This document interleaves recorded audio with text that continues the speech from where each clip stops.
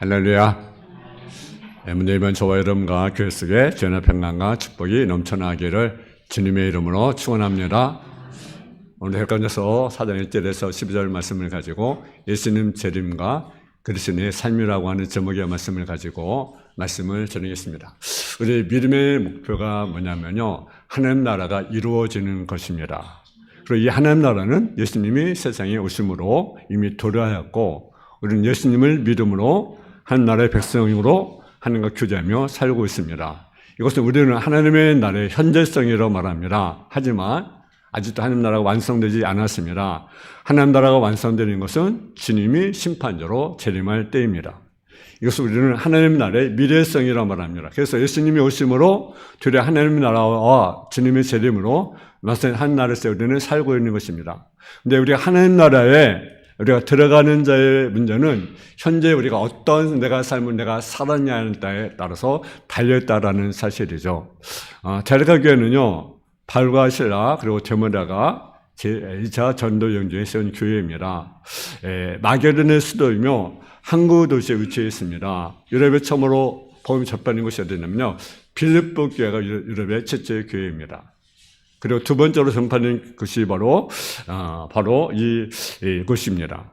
여기서 유대인은 말할 것도 없이 헬라인들 또 많은 기브인들이 사도 바울이 전한 그 복음을 듣고 그들이 주님께로 많은 사람들이 돌아오게 되었습니다. 근데 거기에 오래 머물지 못했습니다. 왜냐하면 유대인들이 반대가 심했기 때문에 그것을 사도 바울이 떠날 수밖에 없는 그런 상황이었습니다. 그래서 이 사도 바울이 아테네에 머무르게 됩니다. 근데 그때 이 아테네에 머무르면서 디모데를 데려다 보내게 되고 그 세상에 관해서 접하게 되는 사실을 우리가 알게 됩니다. 그래서 바울은 이런 상황에서 그 상황의 상을 듣고서 편지를 씁니다. 이 편지에서 여러 가지 문제를 지적하고 있습니다만은 특별히 주님의 재림에 관한 말씀을 그에게 전하게 됩니다. 그러면서 사도 바울이 하나님 기쁘게 하는 삶을 살아야 된다고 그렇게 말을 합니다. 하나님 기쁘게 하는 삶. 그래서 오늘 본문에 보면 뭐라 합니까? 4절에 1절에 보면 그런 형제들아 우리가 끝으로 주 안에서 너희에게 구하고 권면하노니 너희가 마땅히 어떻게 행하며 하나님 기쁘시게 할 수 있는지를 우리에게 배웠으니 곧 너희가 행한 바라 더욱 많이 힘쓰라. 하나님 기쁘시게 하는 삶을 우리가 살아가라라는 거죠. 그 기쁘게 하는 삶이 무엇이냐? 본문에는요, 세 가지를 말씀합니다. 첫째는 바로 뭐냐면요, 거룩하고 순결한 삶을 살아라. 또 하나는 서로 사랑하면서 삶을 살아라. 또 하나는 바로 뭡니까? 근면하고 성실한 삶을 살아라라는 사실이죠. 그래서 우리는요, 예수님의 재림을 우리가 기다리는 성도입니다. 그런 사람을 한다면 우리는 어떤 자가 됩니까? 하나님 기쁘게 하는 삶을 우리가 살아가야 됩니다.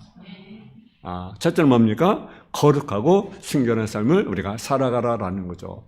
오늘 본문 3절에 보면 하나님 드린 것이니 너희의 거룩함이라 그렇게 말씀합니다.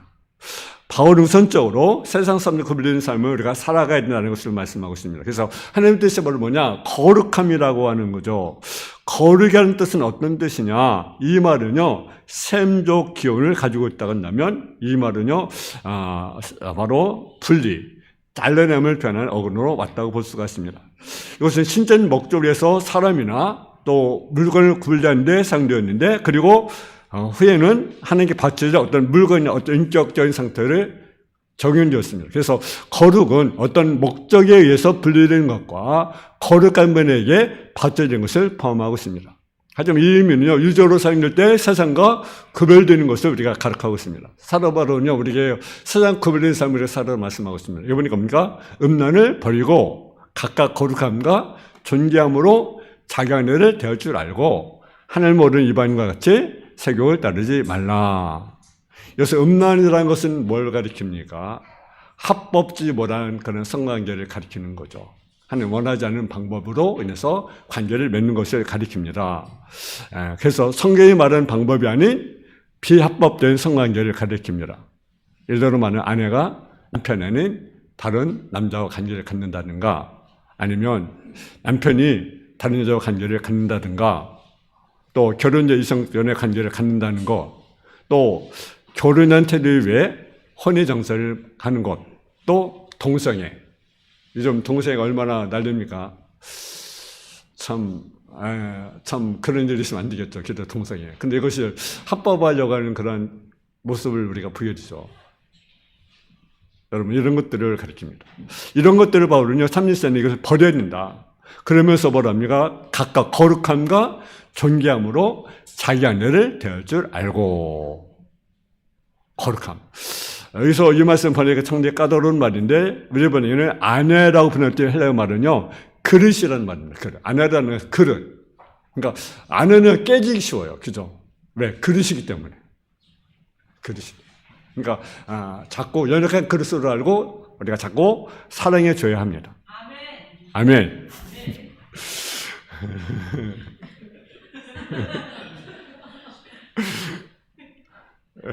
여자 성도님들 좋아하는 것 같아요.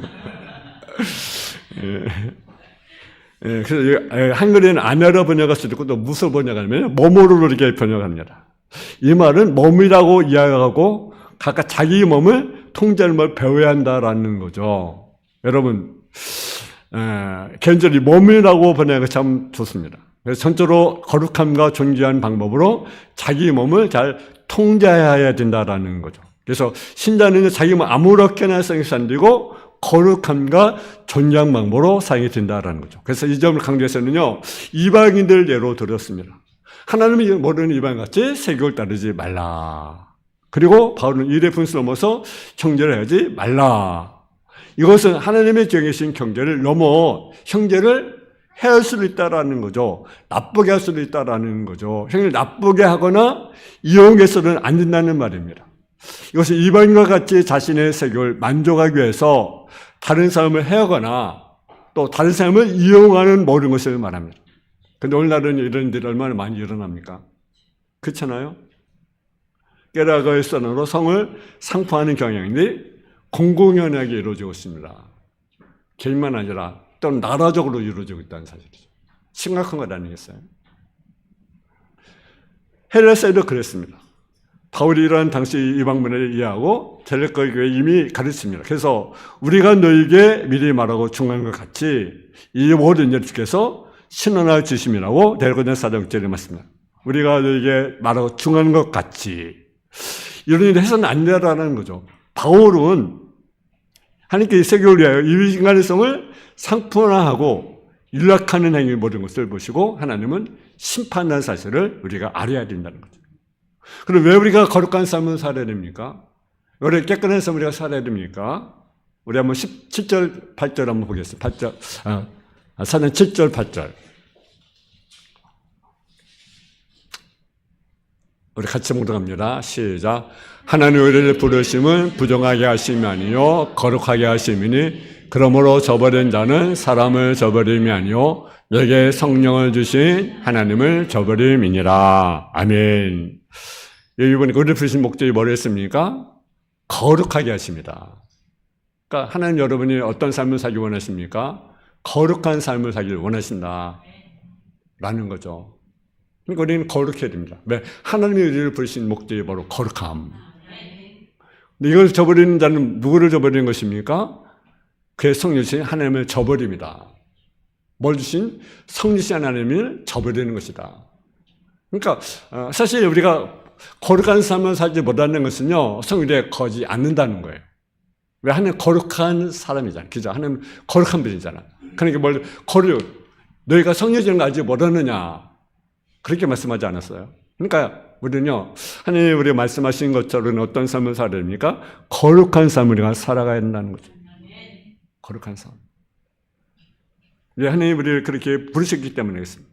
레위기 19장 2절에 보게 되면요, 그렇게 말씀합니다. 뭐라고 말씀하느냐? 너희는 거룩하라. 이는 나 여호와가 너희 하나님이 거룩합니다. 만약 그의 삶에 거룩이 없다고 한다면 여러분 그의 성령 주신 하나님을 뭡니까? 저버리는 행위라는 거죠, 여러분. 다른 말로 하면 성령이 거하시는 행동이 아니라는 거죠. 성령 안에 거한다고 어떻게 그런 삶을 살아갈 수가 있겠습니까? 이방같이 그렇잖아요. 근데 때로는요, 믿음 있다는 사람조차도 이런 성 사고한 사람들이 있어요. 참, 왜 그들이 믿음이 있다고 할 수 있는지. 여러분, 두 번째로 예수님의 질문을 우리 기도의 성도는 어떤 삶을 살아야 될 것인가 오늘 본문에 볼까요? 서로 사랑하라라고 말씀합니다. 서로 사랑하라. 그래서 두 번째로 하나님 기쁘게 하는 삶은 형제를 사랑해야 된다라는 거죠. 우리 한번 9절 10절을 같이 보겠습니다. 9절 10절 시작. 형제의 산에 관하여 너에게 쓸 것이 없음은 너희들 자신이 하나님의 가르침을 알아 서로 사랑함이라. 너희가 온 마게도의 모든 형제에 대하여 과연 이것을 행하도다. 형제들아 권하노니 더욱 그렇게 행하고. 아멘. 여러분, 형제산에 관해서는 가르칠 것이 없다. 쓸 것이 없다. 왜냐? 너희 자신이 하나님의 가르침을 바라 뭡니까? 서로 사랑하고 있다. 그러니까 대립교회는요, 정말 사랑의 역사가 일어나는 그런 교회였어요. 사랑을 그들이 배웠어요. 그리고 사랑을 배웠을 거는 사랑을 어떻게 실천했어요. 그러니까 더 이상 너희 쓸 것이 없다. 왜? 이미 너희가 뭐 하고 있어요? 사랑하고 있다라는 거죠. 사랑하고 있다. 근데 여기 보니까 또 10절에 보니까 뭐랍니까? 형제권을 더욱 그렇게 행하고. 현재도 사랑하고 있지만 어떻게 하는 거예요? 더 사랑하는 거예요? 안 하는 거예요? 더 많이 사랑하라. 더 많이 사랑하라. 더 많이 사랑하라. 그렇게 말씀하셨어요. 그래서 지금도 사랑하고 있지만 더 많이 사랑하라. 더욱 그렇게 행하라. 형제 사는 것은 참으로 중요합니다. 여러분, 성경은요, 그렇게 말씀합니다. 보이는 형제를 사랑하지 않고는 부지 하나님을 사랑할 수 없다. 그렇게 성경 말씀해요. 그러니까 형제를 지금 사랑하고 있지만 더 많이 사랑하라. 이것은 당연하다라는, 그러니까 형제 사랑입니다. 형제 사랑. 여기서 형제 사랑은요, 일반적으로 말하는 또 혈연 관계 사랑을 말하는 것이 아닙니다. 물론 형제들끼리 사랑했죠. 혈연 관계 맺은 성도들, 형제들 사랑이 되겠죠. 그래서 근데 여기서 사랑은 어떤 사랑이냐? 바로 믿음으로 형제 자매된 자를 가리킵니다. 우리는 하나님을 뭐라 부릅니까? 아버지로 부릅니다. 아버지. 그러면 저와 여러분은 모두가 뭡니까? 형제 자매들입니다. 그러니까 서로 사랑이 돼야 하겠어요? 사랑이 돼. 왜? 우리는 한 피로. 누구의 피로? 예수 피로 한 형제 자매가 되었습니다. 하나는 하나 아버지로 되었습니다. 그렇기 때문에 우리는 사랑하는 것이 당연한데 더 많이 사랑하라. 그렇게 말씀합니다. 그러니까 사랑하는 것은 당연하다. 그렇게 말씀합니다. 이런 사상을 요한일서에서도 볼 수가 있습니다. 요한일서 3장 17절에 보게 되면 누가 이생의 셈을 가지고 형제 궁편을 보고도 도와줄 마음을 막으면 하나님께서 어찌 그것에 거하겠느냐. 여러분, 형제가 궁핍함을 당했어요. 그러면 우리가 더러워야 되지 않겠습니까? 그것이 당연하지 않겠습니까? 하나님 알고 사랑하는 사람은 그 형제를 사랑하는 것입니다. 특히 형제가 궁핍한 가운데 있다는 얘기를 들으면서 실제로 도와줘야 한다는 사실을 강조합니다. 왜냐하면 이런 삶의 태도가 하나님의 특정인 삶의 태도이기 때문에 그렇습니다. 요한에서 요한은 이런 삶에 없는 사람은 하나님의 사랑에 거하지 않은 사람이라고 말씀하고 있습니다. 생명 없는 사람이라고 우리에게 말씀하고 있습니다. 다른 말로 말하면 참된 사랑은 행동으로 표현해야 된다라는 사실이죠. 야고보서 들어간 예수님 동생 야고보서에 보게 되면 그렇게 말씀합니다. 뭐라고 말씀하냐? 야고보서 2장 15절 17절에 보게 되면 만일 형제가 자매가 헐벗고 대한 양식이 없는데 너 중에 누구든지 그에게 이르되 평안히 가라, 덥게 하라, 배부르게 하라며 그 몸에 쓸 것을 주지 않냐면 무슨 이익이 있으리요. 이와 같이 행함이 없는 믿음은 그 자체가 죽은 것이다. 형제가 목마르면 먹을 것을, 마실 것을 줘야 되잖아요. 배고프면 먹을 것을 줘야 되지 않습니까? 추우면 옷을 입혀줘야 되지 않겠습니까? 그것이 진정한 사랑이 아니겠어요?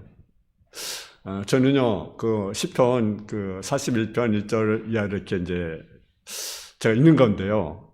정말 놀라운 사실을 발견했어요. 한번 더 가난한 자를 보살피는 자에게 복이 있으며. 아멘. 저는 그 말씀, 그 10편 41편 1절 쭉 이렇게 보면서, 정말 충격을 받았어요. 우리 한번 볼까요? 시편 41편. 지난 주간에 제가 이 말씀을 제가 이제 읽었는데요. 41편 1절 보겠습니다. 우리 3절까지만 보겠습니다. 시편 41편 1절에서 3절 같이 보겠습니다. 시작. 가난한 자를 보살핀 자에게 복이 있으며 재앙의 날에 여호와께서 그를 건지시리로다. 여호와께서 그를 지키사 살게 하시리니 그가 이세에서 복을 받을 것이라. 주여 그를 그의 원수의 뜻에 맡기지 마소서. 여호와여 그를 병상에 붙드시고 그가 누웠을 때마다 그의 병을 고쳐주시나이다. 아멘. 어떤 자가 복이 있다고 말씀합니까? 가난한 자를 보살핀 자에게 복이 있으며. 여러분 가난한 자는 복이 있다. 근데 어떤 복을 주냐? 재앙의 날에 여호와께 그를 어떻게 한다고요? 건져주시겠다. 재앙의 날 하나님이 그를 건져주시겠다. 이것이 다윗의 삶입니다. 다윗이 시잖아요. 그럼 뭡니까? 그를 하나님께서 지켜주시겠다. 또 살게 하시겠다. 그리고 뭡니까? 그가 세상에 뭘 받아요? 복을 받을 것이다. 또 어떤 복을 주셔요? 여기 보니까 3절에 보니까요. 여호와께서 그를 병세에 붙드시고 그가 누웠을 때마다 그의 병을 고쳐주시나이다. 여러분 우리가 사랑은요 말로만 하지 마세요. 여러분 예수 이제 기도하는 성도의 삶은 어떤 삶? 사랑의 삶. 그러니까 자녀 말과 이러면 사랑하지 말고 행함과 진실함으로 사랑하라고 우리에게 말씀하고 있습니다. 기도의 특성은 말에 있는 것이 아니라 행함에 있습니다. 믿음 행동으로 표현되어야 합니다. 여러분 말로만 내가 사랑합니다가 아니라 사랑하시더라가 아니라 행동으로 보여줘야 되는 것입니다. 그것이 진정한 사랑인 것입니다. 세 번째는 근면하고 성실한 삶을 살아가라라는 거죠. 예수님처럼 기다리는 그리스도의 삶은요. 세 번째 근면하고 성실한 삶을 살아야 한다는 것을 우리가 말씀하고 있습니다. 그 말씀을 오늘 본문에 11절에 12절에 말씀합니다. 우리 한번 11절 12절에 같이 봉독하겠습니다. 오늘 본문 말씀 고전서 4장 11절 12절입니다. 332페이지 같이 봉독하겠습니다. 시작. 또 너에게 명을 같이 조용히 자기를 하고 너희 손으로 일하기를 힘쓰라. 이는 외인하여 단정히 행하고 또 아무 궁팜이 없게 하려 함이라. 아멘. 근면 성실한 삶을 살아. 헬라어에 여기 보면요, 여러분니까 조용히 자기를 하고 너희 손으로 일하기를 힘쓰라 그랬어요. 조용히 자기를 하고 너희 힘쓰라. 이 말은요, 어떤 말이냐? 여러분의 야망을 조용한 생활에 두고 너희 손으로 일하기를 힘쓰라고 할 수 있습니다. 야망을 조용한 생활에 묻어둬야 한다는 말은 그 하란의 그 밴드 칸부 목사님은 이렇게 해석을 합니다. 정치인 일에 몰두하지 말고 자기 일에 열심히 하라. 물론 우리가 정치에 관여하지는 않을 수 없어요. 관여하지만 근데 거기에 몰두하지 말라라는 거죠. 자기 일에 열심히 하라.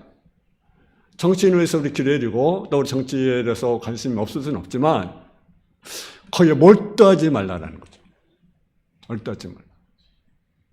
그리고 자기 일을 열심히 하라. 그렇게 말씀합니다.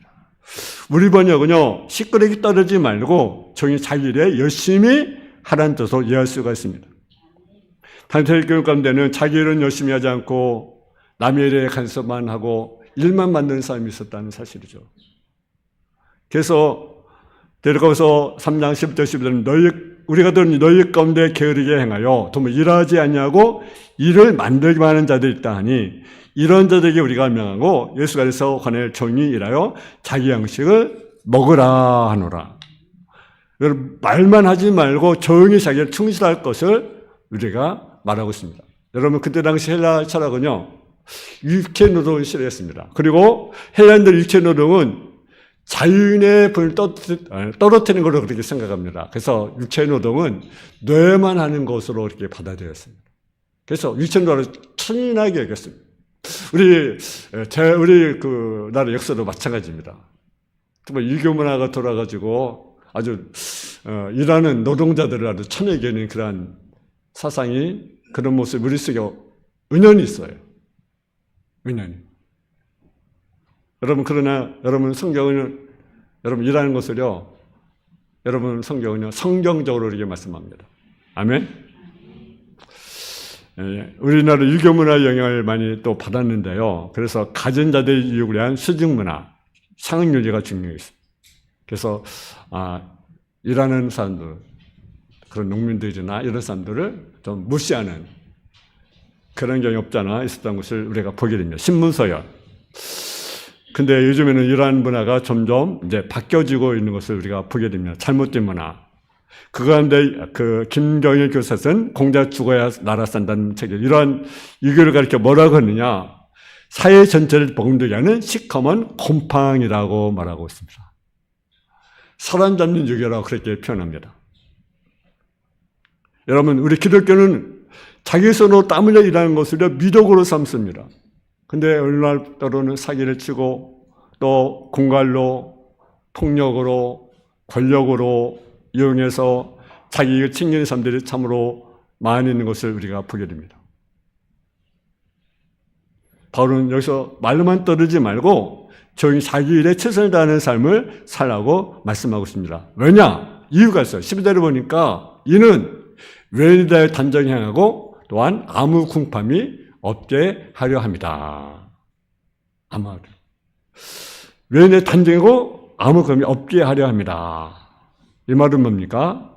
번역할 외인에게 존경을 받아야 하고 아무에게도 의지하지 않게 하려는 것이다. 여러분, 우리는요 정말 우리에게 주어진 일에 열심히 여러분 일을 해야 됩니다. 아멘.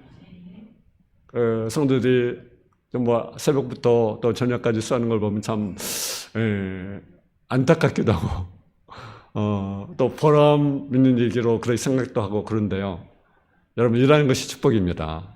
아멘. 내가 일할 수 있다는 거, 내가 일거리가 있다는 거, 그것이 귀한 복 아니겠어요? 나를 불러주는 사람이 없다고 한다면 얼마나 가슴 아픈 일이겠습니까? 그죠? 근데 난 아직도 일하고 있다. 아직도 내가 쓰임받고 있다. 그것이 귀한 복 아니겠어요?